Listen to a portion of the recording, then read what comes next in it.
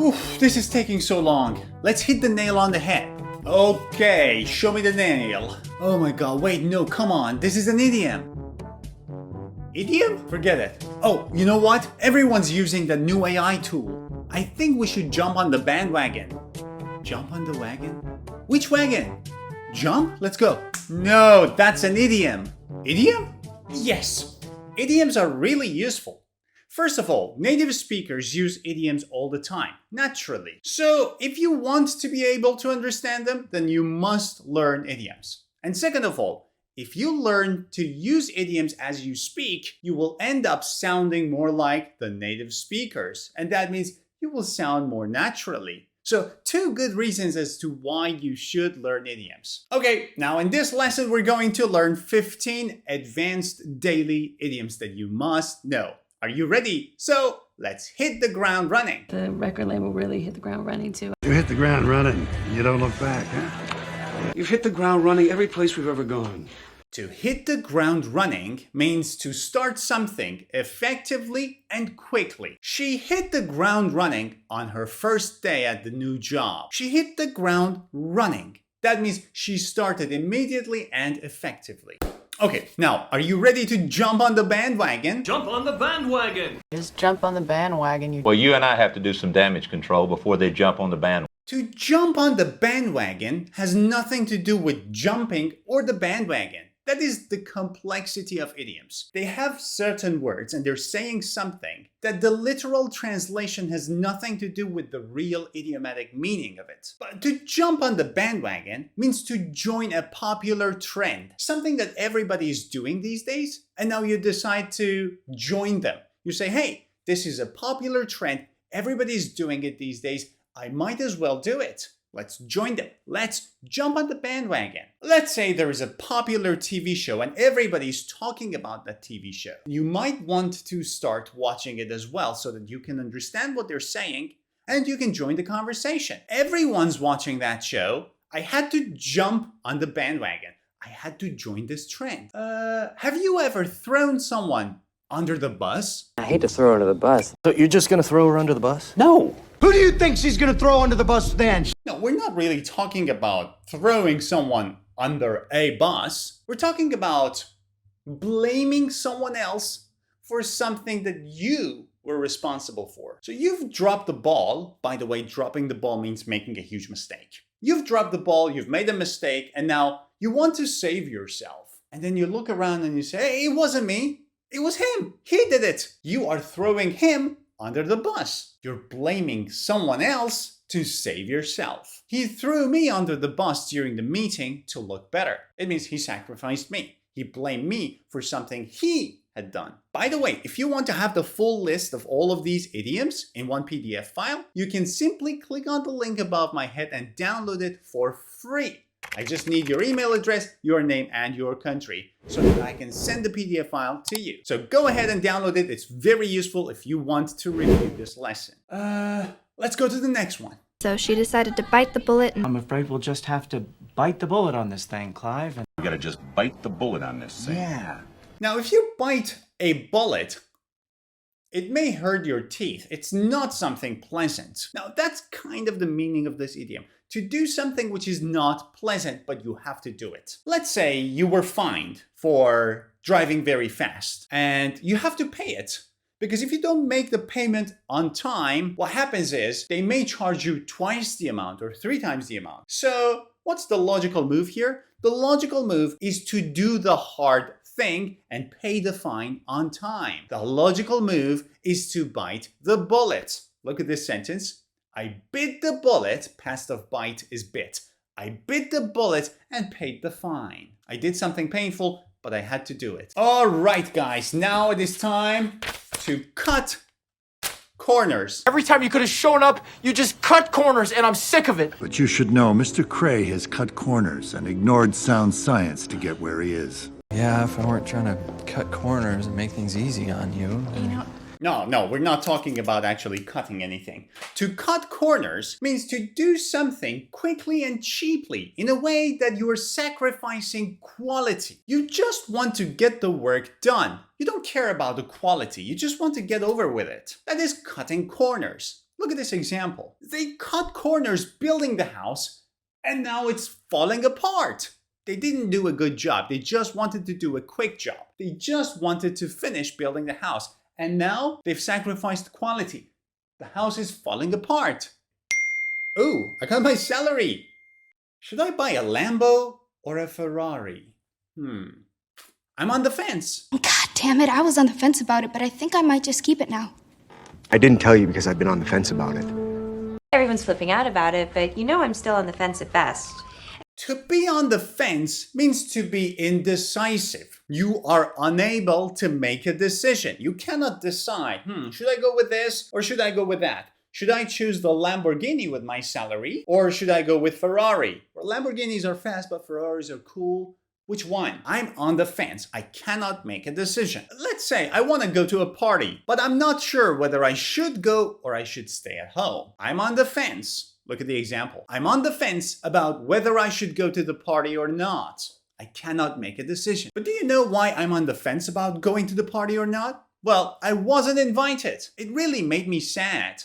They didn't invite me. But hey, maybe it was a blessing in disguise. Well, it may not seem like it now, Willie, but it's really a blessing in disguise. It's a blessing in disguise because the TV, we're gonna watch. I'm simply pointing out that this could be a blessing in disguise. A blessing in disguise is like something that appears bad initially. So at first you're like, oh my God, why did that happen to me? Why me? Why this bad thing? Something that appears bad initially. But then after a while you realize, hey, it's not so bad. It's actually good that it happened to me. Let me clarify it with an example. Let's say you lost your job. Well, it's a sad thing, right? You go home and you're like, oh my God, what am I gonna do now? How am I gonna make a salary, make an income? I need money. I need a job.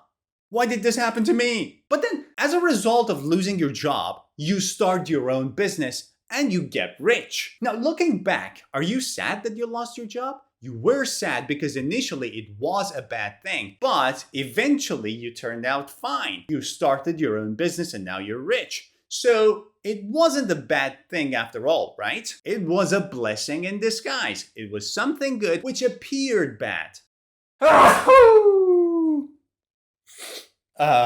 Alright. Losing that job was a blessing in disguise. I now have my own business. Okay, now it's time to spill the beans. And listen, if you've come to spill the beans, don't bother. Would you guys spill the beans? I bet Polly would spill the beans to that reporter. To spill the beans means to reveal a secret without wanting to.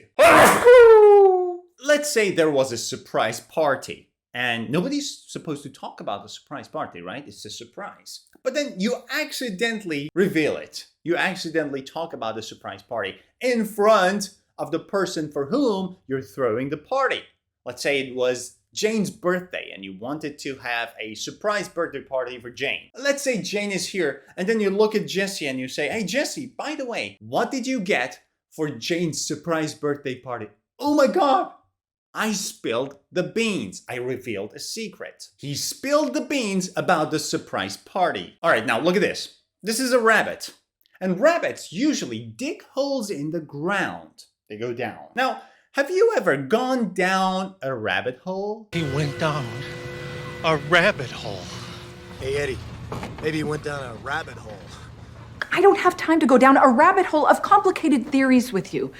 To go down a rabbit hole means to get deeply involved in something complex, something difficult, something that may be endless. So you get deeply involved in something. You go down a rabbit hole. For example, I was researching conspiracy theories, and the more I was looking into it, the more conspiracy theories I found. And I kept digging and digging and digging deeper and deeper and deeper. I ended up going down a rabbit hole researching conspiracy theories. I got deeply involved in doing something endless or complex, going down a rabbit hole. All right, that was idiom number 9. Again, guys, reminder, if you want to have the summary of this lesson with all the 15 idioms, their example sentences, some beautiful pictures, and the explanation of their meanings, so that you can review this lesson after watching this video, you can simply click on the link above my head, go to my website, and get this for free. You can also find the link in the description down below. Don't forget.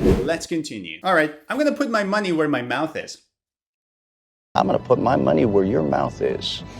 Well, put your money where your mouth is and do it then. Do it. Why don't you chumps put your money where your mouth is then?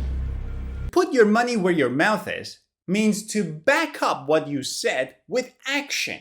So don't just say it, do it, show it, prove it. Put your money where your mouth is. Do something, show us. I have a friend who always keeps bragging about how good a cook he is. But he always talks about it. Like, I've never eaten something he cooked. So the other day I was like, put your money where your mouth is. Show us. Don't just say how good I am. Just show us, cook something. Let us eat.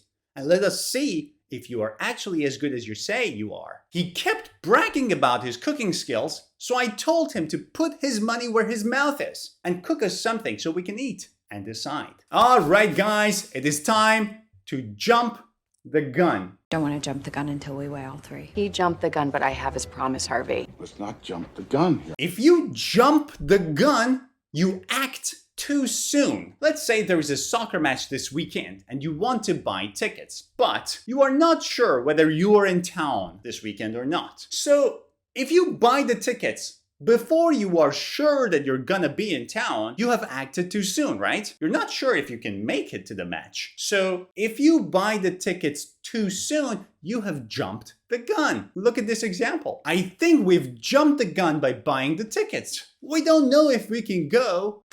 All right, guys, it is time to hit the nail on the head. Terry's hit the nail on the head, Merv.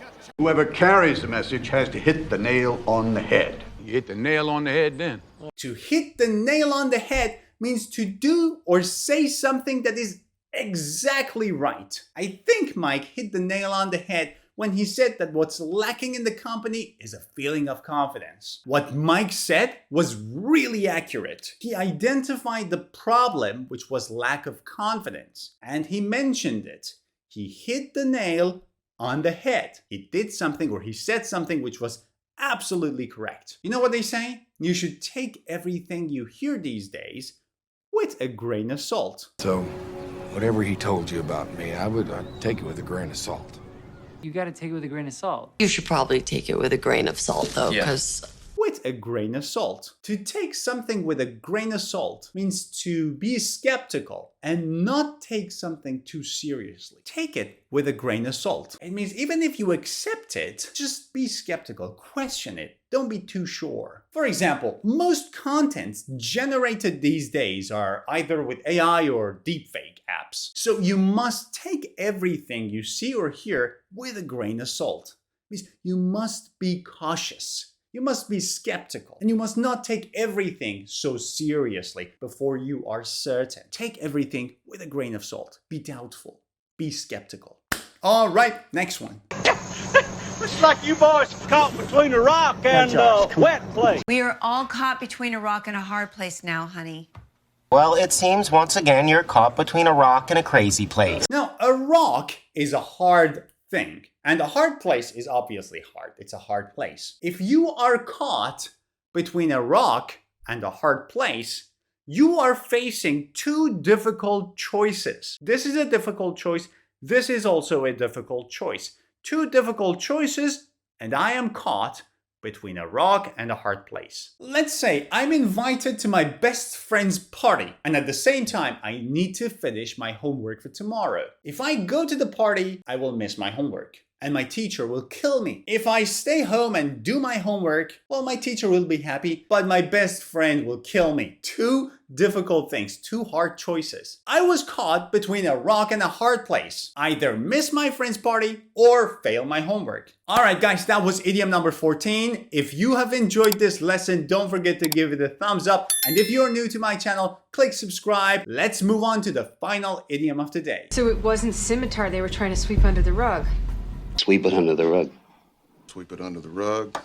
If you are sweeping and you look around and you see, hey, my mom is not around and I'm lazy and I don't want to pick everything up, right? There is a rug. Let's just lift the rug and sweep everything under the rug and put the rug down and nobody will ever notice. If you sweep something under the rug, you're basically ignoring or hiding it. They swept the error, swept, past of sweep. They swept the error under the rug instead of fixing it. It means they just ignored it and they hid the error instead of fixing it. Alright guys, I hope you've enjoyed this lesson. Don't forget to practice. And again, if you want to review this lesson, go in the description down below. You will find a link with which you can download the PDF file of the summary of this lesson. You can get it for free. See you soon. Bye.